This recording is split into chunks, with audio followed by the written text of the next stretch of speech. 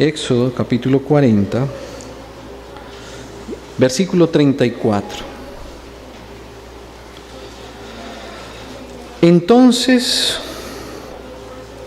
una nube cubrió el tabernáculo de reunión, y la gloria de Jehová llenó el tabernáculo. Y no podía Moisés entrar en el tabernáculo de reunión, porque la nube estaba sobre él y la gloria de Jehová lo llenaba. Si nosotros vemos este mismo pasaje más adelante, solo que haciendo referencia no al tabernáculo sino al templo, que el Señor reveló a David y que David entregó su obra, su ejecución a su hijo Salomón, vemos nuevamente que una vez el templo es edificado y consagrado al Señor, entonces la gloria del Señor vuelve y llena la casa, llena nuevamente el templo.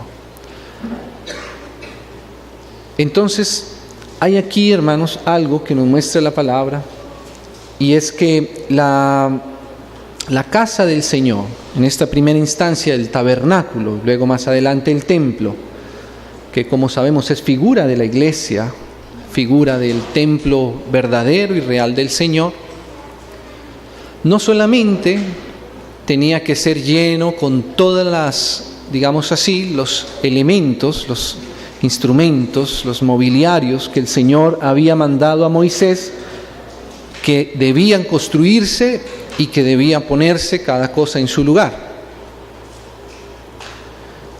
No solamente el Señor tenía la expectativa de que el pueblo pudiera hacer estos elementos y ponerlos dentro de su casa.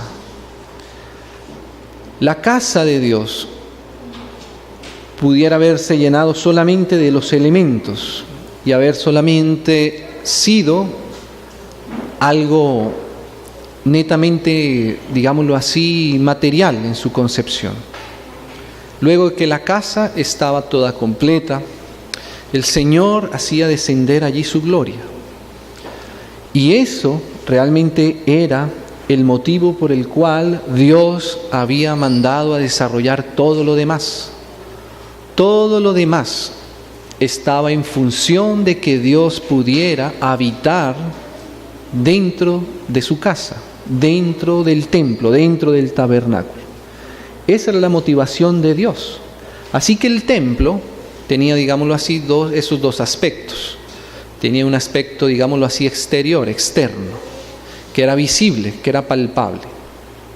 La forma del templo y del tabernáculo y cada uno de sus detalles. Pero ese templo debía contener algo espiritual, y ese espiritual es lo que nos muestra aquí la Biblia, que llenó el tabernáculo y llenó el templo, y eso es la gloria de Dios. La gloria de Dios es el contenido interior de la casa de Dios.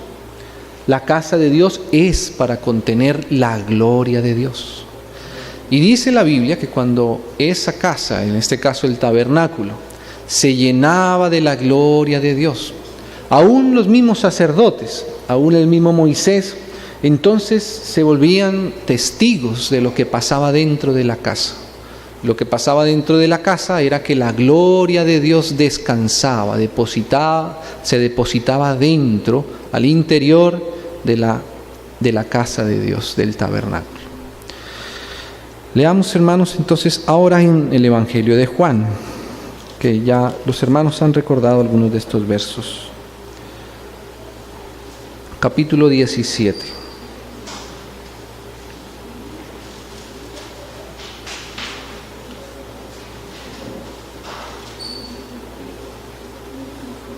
Versículo 22. 17, 22. La gloria, nuevamente la gloria de Dios. La gloria que me diste, que era la misma gloria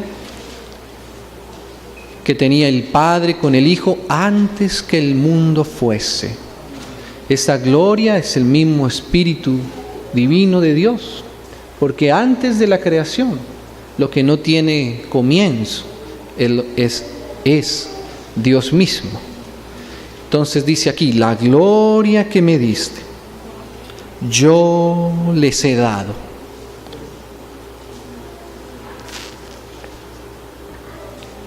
Para que sean uno, así como nosotros somos uno. Yo en ellos y tú en mí. Nuevamente, este versículo hace otra vez referencia a estos dos aspectos. Ahora, la gloria de Dios, la gloria del Señor, ahora era entregado ya no a un edificio material, ya no a un tabernáculo hechos con tablas de madera. Ahora esa madera son los hombres. Y el Señor está constituyéndonos su tabernáculo, su iglesia. Y esta iglesia nuevamente tiene estos dos aspectos. Tiene el aspecto interior de lo que Dios quiere poner dentro de la iglesia. Y lo que Dios quiere poner dentro de la iglesia es su misma gloria. Nosotros, hermanos, hoy día somos portadores de la gloria de Dios.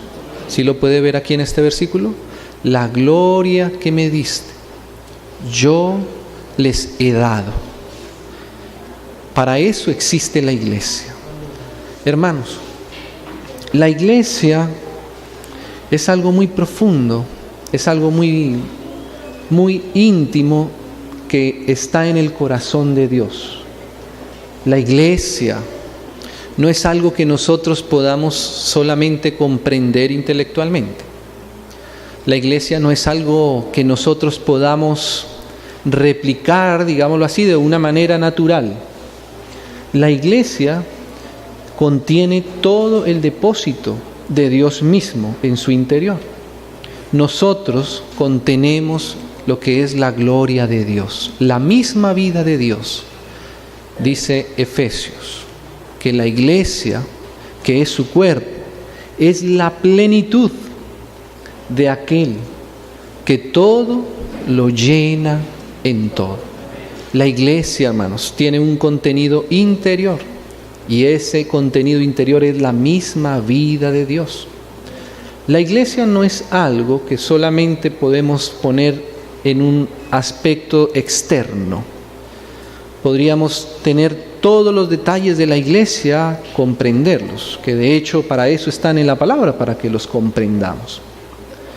Pero si la iglesia no contiene la gloria misma de Dios, solamente será algo vacío, solamente será algo que no contiene realmente aquello para lo cual la iglesia fue básicamente, principalmente, fundamentalmente diseñada por Dios.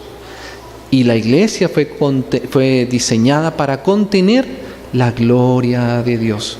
La gloria de Dios le da sentido a todo lo demás, ¿cierto?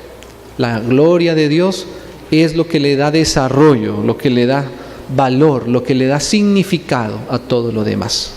Cuando la gloria de Dios llena la casa, ahí el corazón de Dios se satisface. Y nosotros podemos incluso volvernos, digámoslo así, espectadores, ¿cierto? Testigos. La gloria de Dios misma se nos vuelve en testimonio, porque esa es la verdad de la iglesia.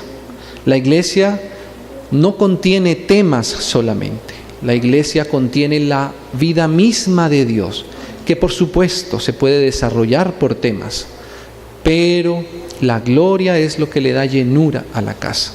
La gloria es lo que el Señor quiere depositar en su pueblo.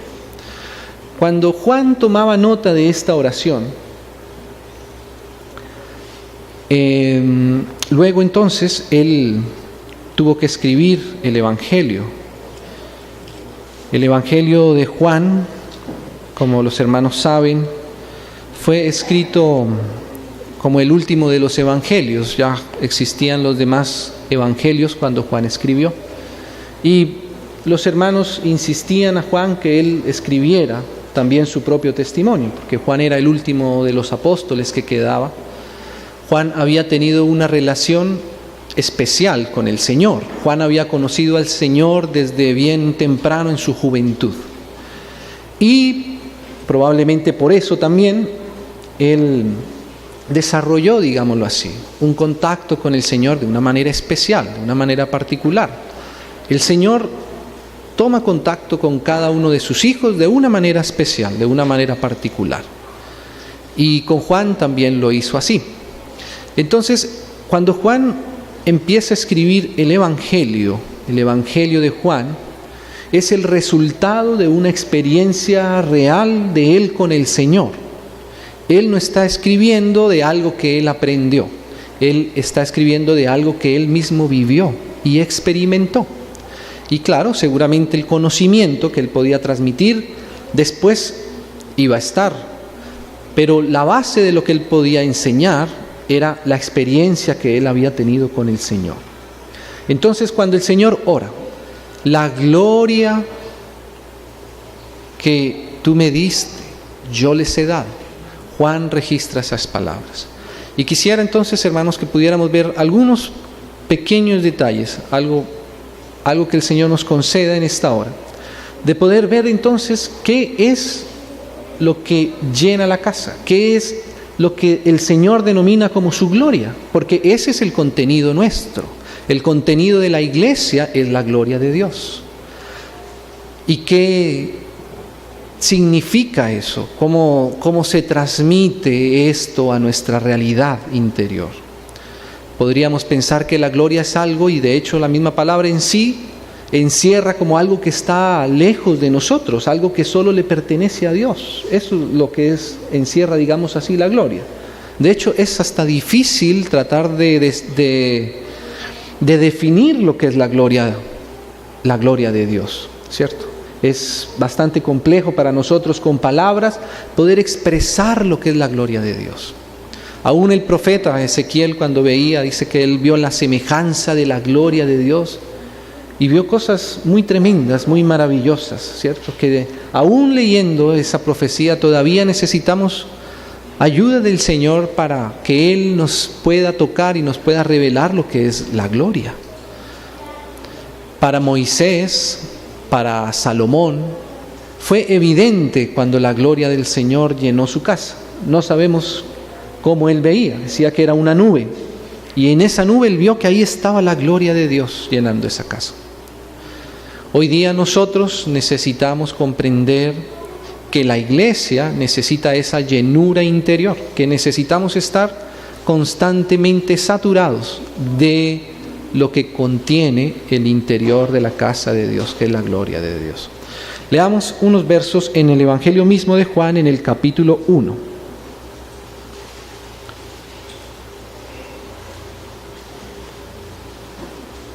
En el versículo 14.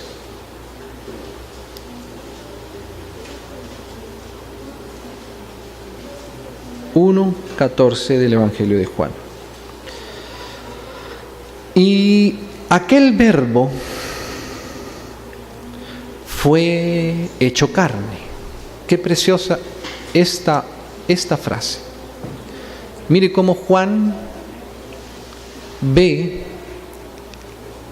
que el Señor Jesús era Dios mismo que estaba desde la eternidad, Dios que era uno con el Padre, que era Dios y que estaba con Dios.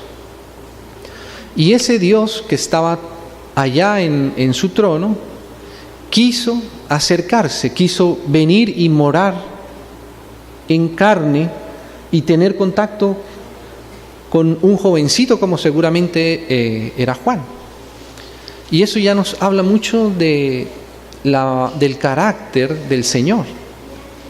Nuestro Dios, Él quiso estar cercano a nosotros, Él quiso tener un contacto en la tierra con el hombre, quiso ser cercano al ser humano, no quiso quedarse como algo abstracto arriba, sino que Él quiso tocar realmente la humanidad. Y Juan empieza a verlo así. Entonces dice, aquel verbo fue hecho carne y habitó entre nosotros.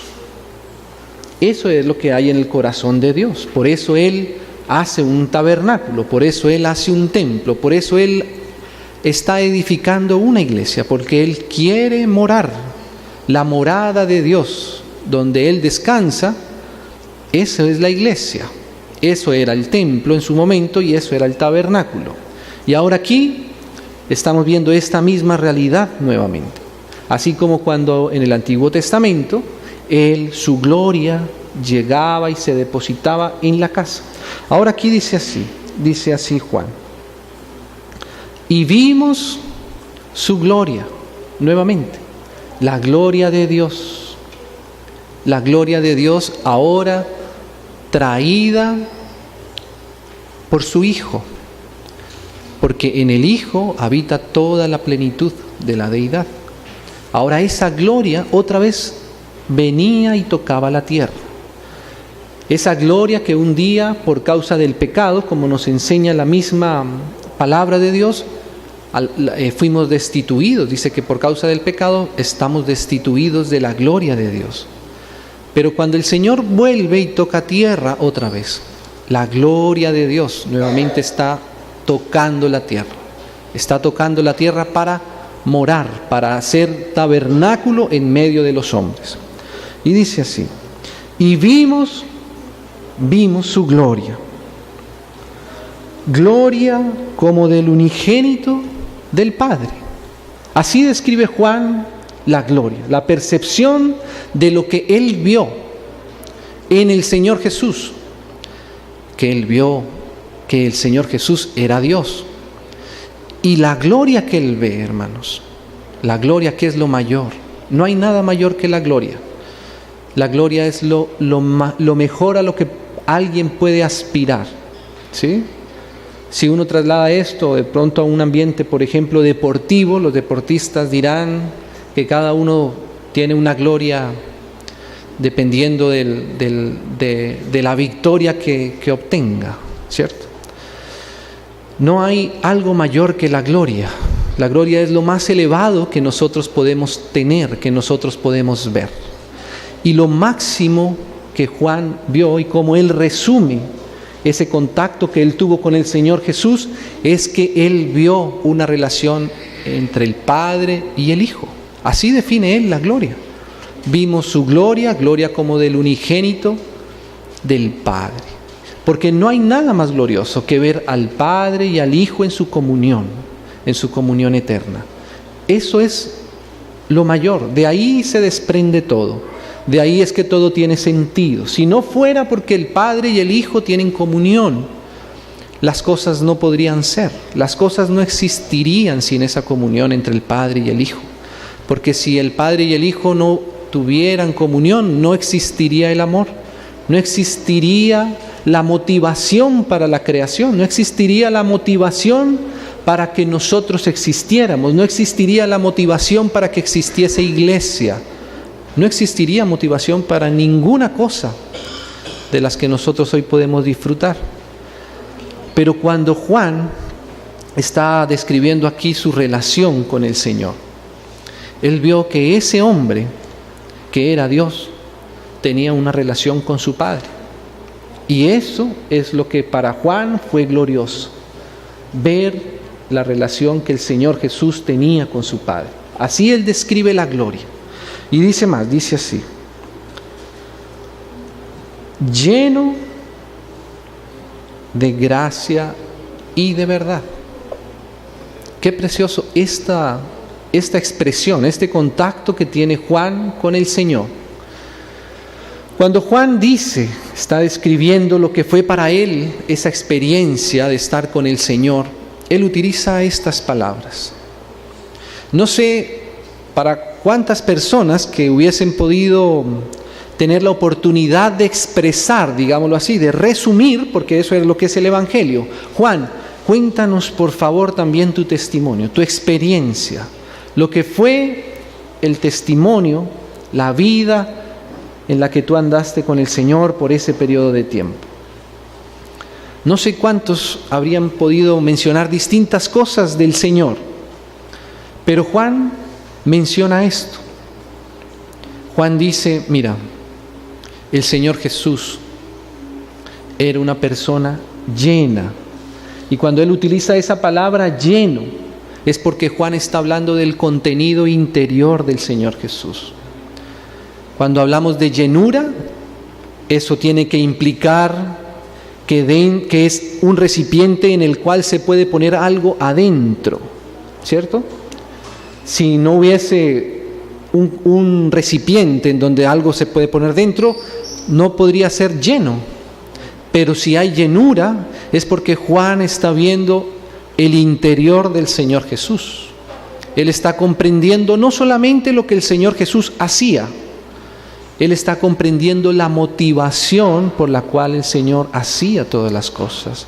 De dónde provenía cada palabra, cada inspiración, cada acto del Señor, cada enseñanza del Señor. Era porque en su interior había algo. Y Juan lo que ve de la llenura del Señor son estos dos aspectos, la gracia y la verdad. Tal vez hubiéramos podido pensar que para unos, por ejemplo, el Señor estaba lleno de sabiduría. Y seguramente, claro, que el Señor es sabio y el Señor contiene toda la sabiduría. El Señor es la sabiduría misma de Dios. Otros tal vez hubieran podido decir que el Señor era lleno de poder, por ejemplo. Y claro que el Señor es todopoderoso.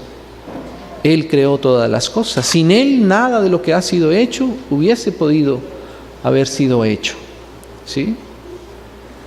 Pero, ¿cómo llegó Juan a conocer al Señor para que las palabras que resalten de Él fueran especialmente estas, la gracia y la verdad del Señor? Eso nos habla del contenido más interior, del testimonio más profundo que Juan captó en su corazón. Por supuesto que Juan vio hacer muchos milagros al Señor. Por supuesto que Juan estuvo en muchas de las oportunidades cuando el Señor hablaba, exhortaba a los fariseos, a los publicanos. Por supuesto, cuando Él explicaba acerca de la ley, por supuesto que Juan fue testigo directo de todas estas cosas. Pero Juan resalta esto del Señor. Él estaba lleno de gracia y de verdad. Aquí nos va a dar algunos detalles más de esto. Más adelante, ahí en el mismo capítulo 1, versículo 16.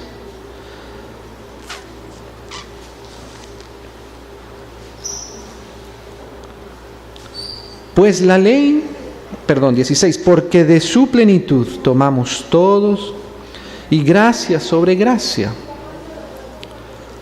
Pues la ley por medio de Moisés fue dada. Pero aquí hay un contraste. Y por este contraste que hace aquí Juan, podemos ver un poco lo que fue la imprenta del Señor en el corazón de Juan. Retomemos un poco lo que decíamos del apóstol Juan. El apóstol Juan era un muchacho, era joven. Según lo que uno puede extraer de los versículos, era un joven que seguramente era discípulo de Juan el Bautista. Por ejemplo, en Hechos se nos dice que de los 12 apóstoles había como una condición para ser de los 12 apóstoles del Cordero, y era que hubiesen recibido el testimonio de Juan el Bautista. ¿Sí recuerdan, mis hermanos, ese pasaje cuando los apóstoles tienen que incluir el lugar del que Judas cayó? Y ahí dice, es necesario que uno sea hecho testigo con nosotros, de los que fueron testigos del bautismo de Juan el Bautista, ¿cierto? Hasta la resurrección. Entonces eso nos muestra cómo el apóstol Juan seguramente era un discípulo de Juan el Bautista. Por los versos que hay más adelante, probablemente ese otro discípulo del que nos hablan los versículos más adelante, que no es tan explícito, sea el mismo Juan. Él retiene su nombre, no menciona que el otro discípulo con quienes siguieron al Señor hasta su casa era Juan, sino que él calla eso, porque también el carácter del Señor ya había sido más impregnado en él, en el apóstol Juan. No era tan evidente, ¿cierto? Exactamente, la humildad del Señor había sido formada en el apóstol Juan. Eso habla de lo que Juan aprendió por experiencia del Señor. Entonces Juan había sido formado por Juan el apóstol, había sido formado por Juan el Bautista. Y Juan el Bautista tenía un ministerio que además es muy importante en la revelación de la obra de Dios. Juan el Bautista fue el mayor de los profetas, según lo que decía el mismo Señor Jesús. Así que Juan había recibido todo el ministerio de Juan el Bautista. Cuando uno empieza a ver lo que Juan el Bautista enseñaba, uno se da cuenta la riqueza, el nivel de la riqueza que tenía Juan el Bautista del conocimiento y de la revelación de la palabra del Señor. Cuando Juan decía, por ejemplo, una de las frases un versículo que hemos recordado aquí ahora bastante seguido en estas reuniones, cuando Juan dice: he aquí el Cordero de Dios que quita el pecado del mundo. Detrás de esa sola frase se da uno cuenta el nivel de luz que tenía Juan el Bautista, de todo el Pentateuco por lo menos. Porque ¿de dónde Juan sacaba esa mención acerca del Cordero? En donde estaba explícito lo que era el Cordero, que además en Israel, en el Éxodo, fue revelado para perdonar los pecados del pueblo. Todo eso está en Éxodo. En solo esa frase está contenido todo el Levítico, todo el Éxodo, el Levítico, toda la ley mosaica estaba contenida ahí. Y no solamente la ley, podríamos decir también los profetas, porque cuando Isaías habla en el capítulo 53, él es el que habla, el profeta hablando ahora del Cordero en forma profética, no solamente ya de forma histórica. Él dice que él como Cordero iba a ser llevado al matadero, ¿cierto? Cuando Juan, por esa sola frase, él señala toda esa riqueza que hay detrás, todo el contenido de los profetas, de Moisés, también de los Salmos, estaba contenido en la enseñanza de Juan el Bautista. Juan el Bautista había venido con la función de preparar el camino, de hacer que las personas creyeran en él. Tanto así que la Biblia tiene que hacer. Aquí Juan escribe, el apóstol Juan, que había sido discípulo del Bautista, él tiene que escribir: Juan no era la luz, pero vino para que diera testimonio de la luz. Él no era la luz misma, pero vino para dar testimonio de la luz. Entonces Juan el Bautista, el mayor de los profetas, tiene toda la riqueza de la revelación de Dios acumulada hasta ese momento.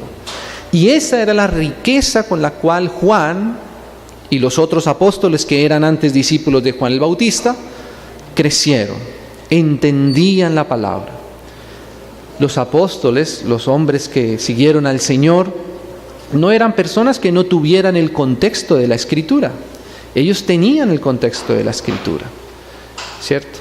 Claro, decían que eran hombres sin letras, pero en cuanto tal vez a que no ocupaban cargos significativos en el Sanedrín, no tenían casta, probablemente sacerdotal, pero por los versos que nos dejan ver que nos deja ver la Escritura, por esos versos se da uno cuenta que en el caso, por ejemplo, de Juan y del mismo Pedro, ellos conocían el contexto de lo que era el Señor, el Mesías, el Salvador de Israel, y además conocían ciertos aspectos de la Escritura. Hay una frase que dice más adelante, las estoy recordando para ahorrarnos un poco de tiempo en los versos, pero le dicen a Pedro: hemos hallado al Mesías, ¿cierto?, de quienes escribieron los profetas. Solo en esa frase, por esa frase, Juan y los que estaban con él corrieron a ver esto, porque ellos sabían de qué estaban hablando. Eso nos da entendimiento de toda la profundidad que había de la palabra en el corazón de ellos. Ellos no dijeron, ¿pero de qué estás hablando? No sabemos a qué te refieres. ¿Qué es eso del Mesías? ¿Cómo que de aquel que escribió Moisés? ¿Eso a qué se refiere? No. Ellos sabían inmediatamente a qué se refería.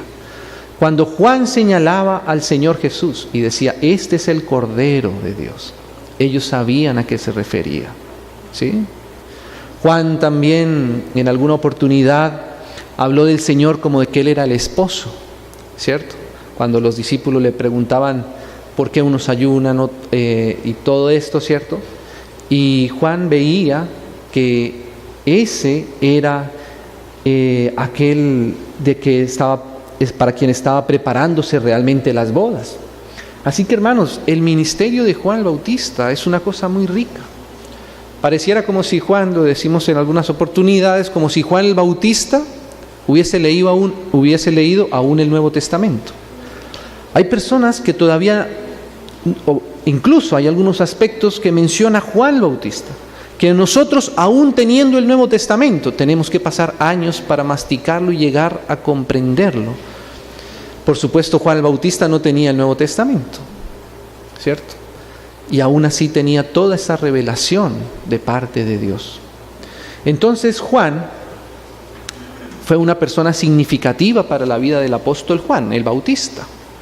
Juan había ido a morar en el desierto. Él era de una clase sacerdotal. Zacarías, su padre, él tenía sacerdocio y le correspondían sus turnos. Juan el Bautista, por ser hijo de Zacarías, él no debería estar en el desierto. Él debería estar ministrando en el templo con sus vestiduras sacerdotales, con el urim tumim en su pecho y todo lo demás, y tener acceso a los sacrificios. Todo eso debería ser el oficio de Juan oficialmente. Pero él estaba en el desierto, vestido con unas vestiduras extrañas, bautizando personas para que se arrepintieran. Eso también era extraño, ¿sí? Y ya para Juan el apóstol, eso ya era un contraste. Ya era ver una diferencia. Porque lo que se veía oficialmente, exteriormente, era una cosa totalmente distinta a lo que Juan el apóstol percibía de Juan el Bautista. Juan el Bautista enseñaba la palabra entonces a sus discípulos. ¿Y cuál era la palabra sobre la que Juan el Bautista enseñaba a sus discípulos? El Antiguo Testamento. Ellos no tenían el Nuevo Testamento, obviamente. Así que Juan recibía toda la enseñanza de Juan el Bautista que él hacía por medio de la palabra. ¿Por qué ponemos este contraste? Porque mira cómo dice aquí Juan, versículo 17. Pues la ley por medio de Moisés fue dada. Esto era la vida de Juan el apóstol, que él había recibido por medio de ese rico ministerio de Juan el Bautista, la palabra de Dios. Pero, dice él, y ese pero nos pone en un panorama de contraste. Ese pero quiere decir que lo que va a referir es justamente genera un contraste, ¿cierto? Ahora, este contraste no es un contraste entre algo negativo y algo positivo. Por eso mencionábamos todo esto de lo que era para el apóstol Juan haber recibido toda esta riqueza a través de Juan el Bautista, de la ley misma de Moisés. Cuando Juan habla aquí de que la ley de Moisés, que la ley por medio de Moisés fue dada, él no está menospreciando la palabra. Para él, esa seguía siendo la palabra, esa seguía siendo la Biblia para él, ¿cierto? Él no tenía a veces, tal vez, esa división que tenemos nosotros hoy día claramente marcada entre el Antiguo y el Nuevo Testamento. Para él era la palabra de Dios, la palabra del Señor, ¿cierto? La ley de Moisés, ¿sí?, fue dada por medio de Moisés. Pero hubo algo que él no pudo encontrar, que Juan no había podido ver ni siquiera en el mismo Juan Bautista. Y lo que él ve en contraste es que la gracia y la verdad. Así que para Juan una cosa fue la ley dada por medio de Moisés, la ley que es la verdad, la ley con la cual él había sido instruida, la ley que le hablaba acerca del Mesías, la ley que le hablaba acerca de la gloria de Dios, la ley que le hablaba acerca de los mandamientos y de las profecías, ¿sí? Eso era para él. En ningún momento la calidad de la escritura, que era la ley, menguó en Juan. No fue que Juan empezó a despreciar la escritura, no. Por eso este contraste es aún todavía más significativo. Pero había algo que Juan no pudo encontrar en ninguno de los hombres con los cuales él había tenido contacto, ni siquiera con Juan el Bautista. Y es que él en Jesucristo, en el Señor Jesús, encontró algo que él determinó nuevamente: la gracia y la verdad. Entonces, cuando él ve la gloria de Dios, que dice lleno de gracia y de verdad, él nos regala aquí este contraste, para que nosotros podamos hacer también ese contraste de lo que puede ser la gloria de Dios. Así que Juan hasta el momento había recibido toda la palabra, toda la riqueza, toda la profecía, pero no había recibido la gracia y la verdad.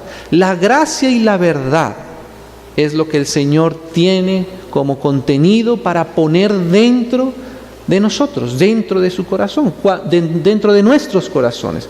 Cuando él en el Juan 17 oraba: la gloria que me diste yo les he dado.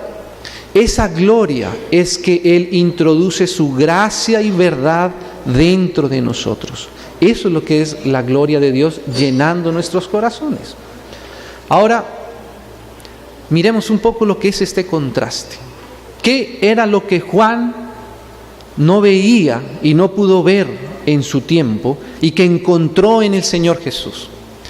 Por supuesto, la ley de Moisés era predicada cada día en las sinagogas, era explicada la ley.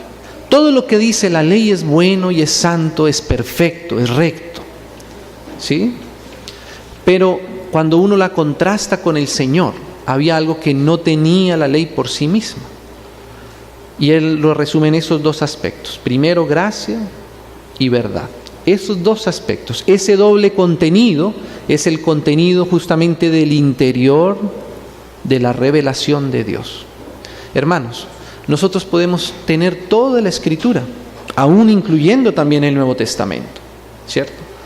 Pero aún teniendo toda la Escritura, necesitamos ser nuevamente aprovisionados con la gracia y con la verdad. ¿Cuál es la diferencia entonces? ¿Cuál es el contraste entre tener la ley dada por Moisés y la gracia y la verdad que vinieron por medio de Jesucristo? Cuando él habla aquí, tomemos el aspecto de la verdad. Cuando él habla de que en el Señor él vio la verdad, no quiere decir que en la ley no estuviera la verdad. En esa parte ahí, esa palabra verdad en el griego implica no solamente la verdad en sentido de contraste con la mentira, sino que esa verdad implica realidad también. Y esa es la diferencia de lo que Juan no podía ver antes. Él veía la Biblia llena de mandamientos, llena de riquezas, llena de verdades, llena de tesoros. Pero no encontraba en dónde estaba, dónde se hacía eso realidad. Él tenía la verdad, pero no tenía la realidad.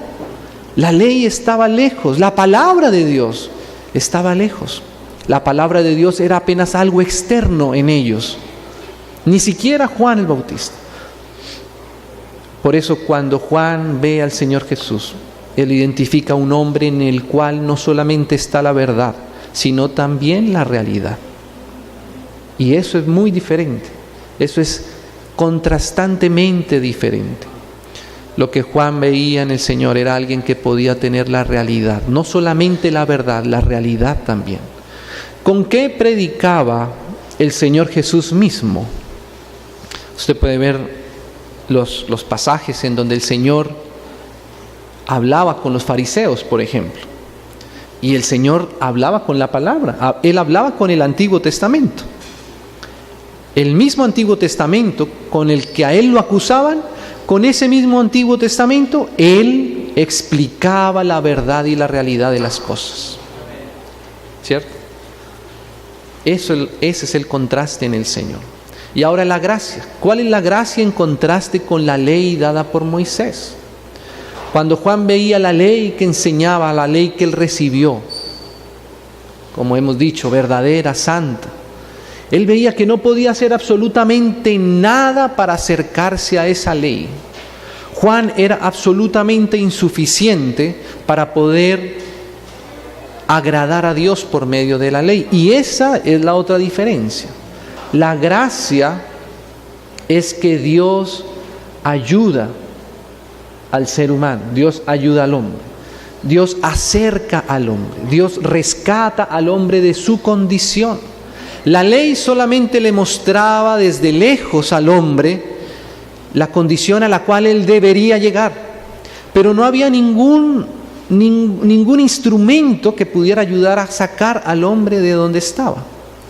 El hombre solamente podía contemplar la ley y seguir haciendo todo su mayor esfuerzo hasta que caía rendido, postrado en su propio agotamiento y en sus propias fuerzas. Y nadie podía sacarlo de su propia condición. Cuando aparece el Señor Jesús en la vida de Juan, él ve ahora la gracia. Gracia es que Dios hace una obra por nosotros. Y Dios es el que actúa para sacarnos de nuestra propia condición. Hermanos, a la luz de este verso, nosotros aún hoy día, como hijos de Dios, solamente tenemos dos maneras de vivir nuestra vida. O la vivimos en la ley que fue dada por Moisés, o la vivimos en la gracia y la verdad de Jesucristo. Solamente tenemos para escoger esas dos posibilidades de vida. Nuestra vida no consiste de muchas elecciones, de muchas opciones. Nuestra vida cristiana solamente tiene dos opciones: o la ley dada por medio de Moisés, o la gracia y la verdad, o la gracia y la realidad dada por medio de Jesucristo. ¿Cómo Juan veía esto? Porque ese es el resumen de la vida de Juan con el Señor. Seguramente Juan tenía en su mente muchas de las ocasiones en las que el Señor Jesús hacía manifiesto esto constantemente. Por ejemplo, en alguna oportunidad, ahí más adelante en el mismo Evangelio de Juan, traían una mujer que era pecadora, ¿sí? Y traían también la verdad, porque era la ley, es verdad. La ley no es mentira, la ley es la verdad, ¿cierto? Y la ley exigía que se actuara conforme a la verdad. Pero el Señor Jesús, que es el inspirador mismo de la ley, que vino a cumplir la ley, ¿sí? Él actuó de una manera diferente. Y ahí estaba Juan, seguramente, con mucha expectativa en cada una de estas escenas. Bueno, ¿y cómo va a actuar el Señor aquí? Si la Biblia claramente reclamaba una ejecución. En otra oportunidad, por ejemplo, Juan y con los demás apóstoles iban por los sembrados, recuerdan mis hermanos, un día de reposo, ¿sí? Y entonces dice la Biblia que les dio hambre y los apóstoles comenzaron a recoger espigas del campo y a comer. ¿Sí recuerdan mis hermanos esa ocasión? Entonces vinieron los fariseos, ¿cierto? Los fariseos que tenían en un gran estima, como Juan, la ley, lo que mandaba la ley. Entonces condenaban a los discípulos del Señor porque no hacían conforme a la ley, ¿sí? ¿Qué hizo el Señor Jesús? Cuando uno lee el pasaje, el Señor Jesús vuelve y abre la Biblia otra vez, digámoslo así, ¿sí? Él no anula en ningún instante la palabra, porque la ley la ley, la palabra, tiene vigencia eterna, tiene vigencia permanente. ¿Sí? La ley expresa el carácter de Dios. La ley es de Dios. La ley en ningún momento se degrada, la ley en ningún momento pierde su veracidad, pierde su importancia. Pero el Señor vuelve y abre la Biblia y explica otro pasaje. Entonces, varias veces le pasó eso a Juan, que él veía al Señor como con la misma palabra, con la misma ley, él era sometido a prueba. ¿Sí? Entonces, uno podría pensar, bueno, solamente existen pocas posibilidades cuando uno ve al Señor enfrentándose a este tipo de situaciones. Una, que el Señor de pronto desautorizaba la ley, que el Señor desautorizaba la palabra, que el Señor anulaba cosas y decía, no, es que esto lo escribió Moisés, pero no era tan así. Esto solamente servía, pero para el pasado, ¿no? Y entonces nos quedaría la incógnita, bueno, pero y entonces si la palabra de Dios en un momento anterior pudo haber sido corregible, pues eso nos generaría a nosotros una gran sensación, ¿cierto?, de duda, de incertidumbre. Como el Señor mismo está diciendo que algo que Él mismo inspiró, ahora ya no tiene la misma validez, ¿cierto? La otra entonces es que quien estuviera equivocado en el uso de la ley fuera el Señor. Que dijéramos, no, pero es que realmente aquí la Biblia sí dice así y el Señor no hizo así. Entonces, si la Biblia es perfecta, entonces tendríamos que decir, bueno, entonces el Señor sería que se equivocó, porque no aplicó la palabra como tenía que aplicarla. La ley decía, es que los versículos los leían, ¿sí? Pero claramente, así como lo primero no puede ser, lo segundo todavía sería un problema mayor. El Señor Jesús nunca se equivocó, ni la palabra nunca quitó su eficiencia y su veracidad y su validez, y el Señor Jesús tampoco nunca pecó, nunca se equivocó, ¿cierto? La única variable entonces que nos queda a nosotros aquí por ajustar es que los del problema éramos nosotros, los hombres, que nosotros probablemente habíamos entendido algo mal, y eso era lo que pasaba en esas ocasiones donde al Señor le acusaban con la Biblia. Por eso es tan común cuando uno empieza a ver al Señor diciendo, sí, pero oíste que también fue dicho así. En ese pasaje, por ejemplo, de las espigas, el Señor lo que hace es vuelve y abre la palabra y toma otro pasaje del mismo Antiguo Testamento y complementa lo que antes las personas no podían o no querían ver, ¿cierto? Entonces ahí Juan veía que el Señor no solamente tenía la letra, no solamente tenía la ley dada por Moisés, sino que a esa ley que tenían los fariseos era tan ineficiente por la falta de la gracia y la verdad. Hermanos, los fariseos perseguían a las personas por sus pecados. Las personas perseguían a las personas por cualquier pequeña y diminuta falta que pudieran encontrar en cualquiera de sus modales, de sus comportamientos, en lo más pequeño. Ahí estaban los fariseos señalando, ¿cierto?, aquello que la ley mostraba acerca del pecado y de los pecadores. Pero es curioso que de todo lo que se nos menciona a los fariseos, nadie se arrepiente delante de un fariseo.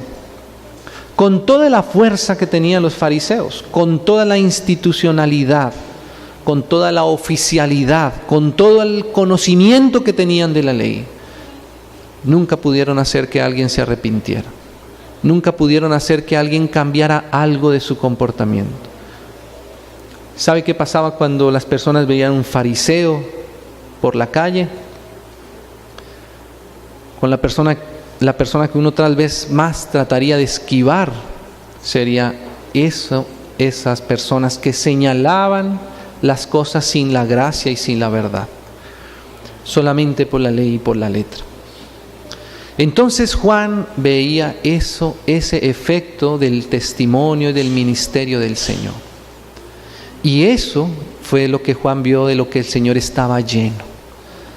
Era impresionante la capacidad que tenía el Señor de convencer a las personas de sus errores, de hacer que las vidas realmente cambiaran, solamente porque Él estaba lleno de gracia y de verdad. En alguna otra situación dice que un fariseo le insistió al Señor que por favor fuera a cenar a su casa. Y el Señor accedió y estaba ya cenando en la casa de un fariseo, ¿sí? Y de pronto una mujer también entra en escena, ¿sí? Y probablemente esa mujer, en el último lugar donde esta mujer por causa de sus pecados hubiera querido estar, era en la casa de un fariseo. Imagínense si era difícil pasar por enfrente de un fariseo, pasar por el lado de un fariseo, lo que significaba entrar a la casa de uno de ellos. Pero hubo algo que fue mayor que todo lo que acusaba a esa mujer, y era quien estaba dentro de esa casa, ¿sí? Pasó por encima de la vergüenza que le generaba su propio pecado, porque es que esta mujer era pecadora y ella lo sabía, y sabía que iba a entrar a la casa de un fariseo. Y con todo, la gracia y la verdad inspirada por el Señor, la gracia y la verdad de la cual el Señor estaba lleno, hizo que esta mujer no considerara ninguna de estos aspectos exteriores que la señalaban y la juzgaban, y cayó a los pies del Señor, enjugando con sus lágrimas, con sus cabellos, los pies del Señor. ¿Qué cree, hermanos, que tiene más efecto en nuestra vida? ¿La gracia y la verdad que fueron dadas por medio de Jesucristo, o la ley dada por medio de Moisés? Nosotros necesitamos ver que esa llenura de la que estaba el Señor lleno sea la misma llenura que hoy inunde la iglesia.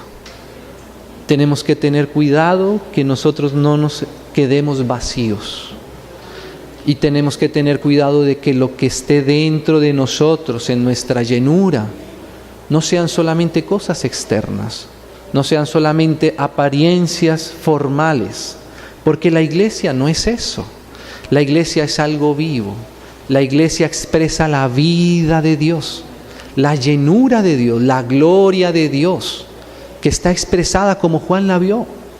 Juan, ¿y cómo era la gloria de Dios? ¿Cómo es que dices que vimos su gloria? ¿Sabe cómo la vio Juan?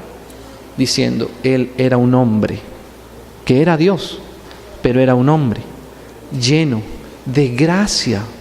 Hermanos, la iglesia es para que esté llena de la gracia de Dios, de la gracia y de la realidad de Dios, ¿cierto? Ahí Juan veía, este es un hombre diferente, este es un hombre en el cual todo lo que antes estaba lejos de mí, ahora lo veo hecho realidad en Él. Y Él desborda eso y nos llena y nos toca. Para eso es que el Señor hace una casa, para depositar allí eso mismo de lo cual Él está lleno. Cuando la casa está llena de su gloria, es cuando nosotros encontramos el propósito de ser de la iglesia. Amén, hermanos. Es la única vida que podemos transmitir nosotros, es la del Señor. Tengamos siempre cuidado que lo que llene la casa sea la gracia y la verdad. Probablemente, si ponemos en nuestra mente muchos pensamientos, encontraremos muchos argumentos para añadir otras cosas al contenido interior de la casa, ¿cierto? Pero déjeme decirle, hermanos, que si están todos los argumentos y perdemos la gracia y la verdad, todo lo demás queda inactivo. Todo lo demás no sirve a Dios. No va a servir, ¿cierto? La gracia y la verdad es lo que Dios necesita expresar al ser humano. Mire, hermanos, recientemente con los hermanos en Bogotá leíamos el pasaje del Apocalipsis, en donde el Señor le habla a Éfeso, escrita nuevamente por el apóstol Juan. Y el Señor le dice a esa iglesia que Él la considera su candelero en Éfeso. Él le dice, mira, tú tienes muchas obras. Y la iglesia, claro que tiene obras. Tú tienes, además, has sufrido arduamente. Todo eso le dice el Señor a Éfeso. Éfeso era una iglesia realmente rica en provisión, realmente rica en comprensión. ¿Habrá alguna epístola más profunda que la epístola que se le escribió a la iglesia en Éfeso? Difícilmente, ¿cierto? Habrá algo tan profundo como la carta que Pablo escribió a Éfeso.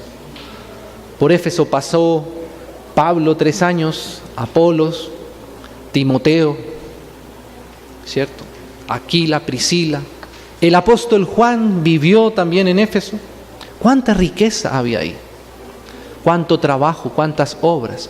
Le dice aún el Señor que tiene paciencia, le dice a la iglesia en Éfeso. Pero qué serio, hermanos, el momento en el que vive Éfeso. Le dice el Señor, pero tengo contra ti que has dejado una sola cosa, probablemente. Usted no encuentra muchas cosas que Éfeso haya hecho mal. Usted en Éfeso no encuentra pecados groseros, no encuentra libertinaje, no encuentra cosas que a nuestros ojos pudieran decir, es justo que el Señor retire su candelero de ese lugar. Pero el Señor da una voz de alerta a Éfeso.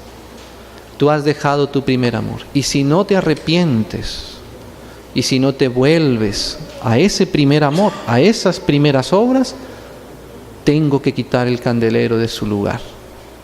El mismo Señor ya no se ve representado ahí. Qué terrible es eso, hermanos. Qué tremendo riesgo el que tenemos todos los hijos de Dios de abandonar el contenido interior de la iglesia. Porque el candelero, aunque es una figura, por esa iglesia en Éfeso, uno se da cuenta que ese candelero está respaldado solo si la iglesia permanece en su primer amor. Permanece en su estado inicial en el cual el Señor la rescató. Si nosotros perdemos eso, hermanos, las obras pueden continuar. Pero ya el Señor nos reconocerá ahí su luz, su candelero. Podemos decir que sufrimos mucho, pero si hemos dejado el primer amor, ese sufrimiento no nos sirve de absolutamente nada. Podemos decir que incluso, dice en Éfeso, que descubrimos a los que se dicen ser apóstoles y no lo son, y no aceptamos el nicolaísmo, todo eso está bien. Pero Éfeso, el asunto no es eso. El asunto no es solo eso. Si tú pierdes el contenido interior, si tú te mueves de la realidad de mi corazón, todo lo demás va a quedar simplemente como algo adicional. ¿Sí? No sé si uno compara Éfeso y Filadelfia, podría encontrar cosas más espectaculares tal vez en Éfeso. Pero nosotros no estamos para hacer cosas solamente espectaculares. Nosotros no solamente estamos aquí para hacer cosas externas, para comprender temas externos. Nosotros estamos aquí para contener la gloria de Dios. La gloria de Dios. Terminemos con un versículo, hermanos, que está en Corintios. Segunda de Corintios.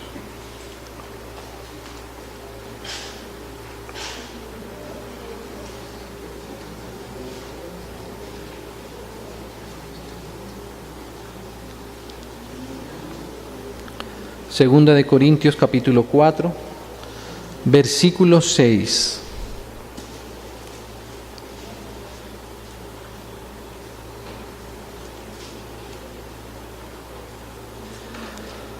Porque Dios, que mandó que de las tinieblas resplandeciese la luz,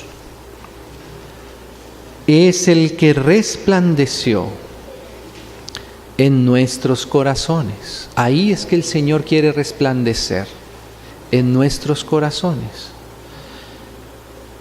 Es el que resplandeció en nuestros corazones para iluminación.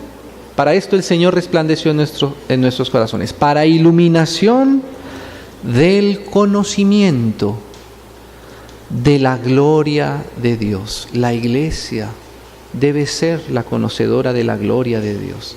Es el contenido interior de la iglesia. Ahora dice de la gloria de Dios en la faz de Jesucristo. Ahí está la gloria de Dios, en la faz de Jesucristo, lleno de gracia y de verdad. El Señor nos pueda llenar, hermanos, de su gracia y de su verdad. Ese es el conocimiento de su gloria. Oremos al Señor, pidámosle esto una vez más.